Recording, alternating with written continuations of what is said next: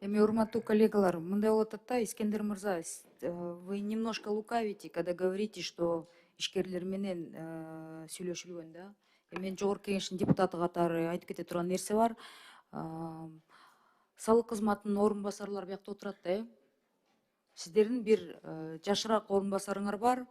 Ошолор шаар Бишкек шаарындагы жетекчилерди чогултуп алышып, мынтпесеңер мынтебиз деп коркутканга чейин барып ошентип эле сүйлөшүшөт да. Бул ачык сөз да. Буну деген мен жетекчиликке да айткам. Надо просто разговаривать и какой-то точки компромисса келиш керек да. А так, урматтуу айымдар, 15 миллион, согласитесь, это хороший порог. Это президент то, что предложил, это идеальные условия. С этим никто из нас, ни вы, ни я не буду спорить, да, правильно? Единственное, силер каршы болгондор, жанакы поставщиктериңер ЭТТНге каршы болушат, туурабы?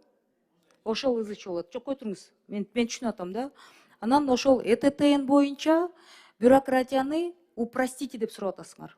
Что вы не бегали за ними, пусть онлайн сделают, как положено сделать, просто упростите, чтобы силердин башыңар эртеден кечке чейин бир элди кабыл алабызбы, же ошол бюрократия менен алек болобуз деп. Ага деле каршы эмеспиз деп мына жолукканда айтып атасыздар. Эми силерди биринчи жолу көрүп атам, биякта Дастан Далбаевичти эми сыйлап атабыз, баарыбыз түшүнүп атам да. Анан обучение на местах бухгалтерия боюнча администрациялар кээ бир базарларда, мисалы, администрация өздөрү за свой счет кылып атышат. Сиздерде да ошондой болуш керек. Алып келип үйрөтүп атышат. Азыр бир да базардын ээси бийликке каршы чыкпайт. Ошондуктан сиздер да түшүнүп атам, мындай биякта баарыбыз аккуратно сүйлөп атабыз да. Анан остаток боюнча 10% боюнча мурда бир ызычуу чыккан, аны чечтиңер. Түшүндүрүп бериштиби налоговая?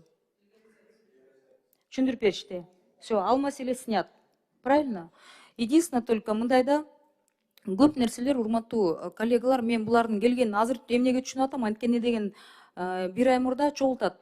Базарлардын ээлерин чогултканда налоговыйдын жашыраак орун басары бар. Чогултуп, ошакта деген монтип баш ийбесеңер, базарыңар тартып аласыз эле коркуткандыктан диалог болгон жок да.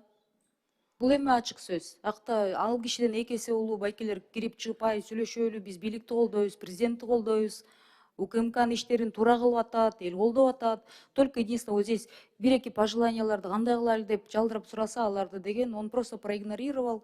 Вот так будете делать, и басып кетти. Очень много проблем у вас, уважаемая налоговая. Просто надо с людьми мындай жеткиликтүү тилде, мындай сый мамиле кылып туруп, анан ушул жерден бир точка соприкосновения нет деп баштарын кеспей, а просто поговорить, и все. Мне кажется, у вас здесь очень много проблем в отсутствии коммуникации. И упростить, у вас система-то, как работает, мы все знаем же, она виснет периодически. Она эмеде чыгып атат, 150 миллион алынган дейт, 22 жылы на правовое сопровождение вот этой информационной этой системы вашей. В этом году дагы 1,5 миллиона долларов келип атат деп айтылып атат. Но проблема же, мне кажется, очень много на местах именно в коммуникациях болуп атат, да? И все, здесь очень много страхов сейчас. Они боятся. Штрафы ИП идут как юрлицо. Искендер Мырза, мен сизге мына азыр 2 жол бүгүн ошол жөнүндө айтып атам. ККМ боюнча түшүнбөстүктөрдү жоюш үчүн штрафы вообще надо отменить. У вас штрафы идут минимум 15-17%, это будет 40-50 тысяч. Люди просто будут на местах стрессовать очень сильно. Ошону жокко чыгаргыла, бул биринчиден.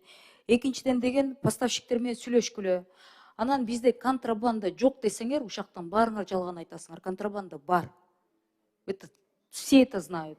Вот здесь мы не, давайте друг друга не обманывать. Поэтому поставщики будут отказываться от ЭТТН, и буларга айтып атат. Билген кылла биз товарларды бербейбиз деп атышат.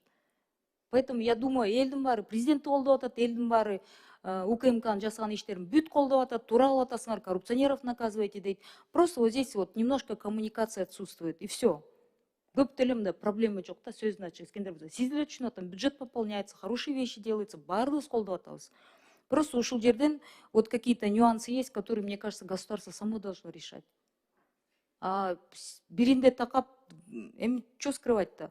Бүт жетекчилер азыр күчкө салып туруп, на местах контейнерлердин ээлерин барып күчкө салып туруп, договора переписывает. Все заставляют ККМга баш ийесиңер, силовым методом. Просто единственное, вот это напряженный момент надо как-то, не знаю, вам на местах, скажем, персонально разговаривать. Или качпайт да? Biz баары бир цивилизация келдик, баары бир баш ийебиз, баары бир ККМ бүт баарыбыз ошого аркасында туруп беребиз да, керек да, келечек үчүн, бюджет үчүн керек да.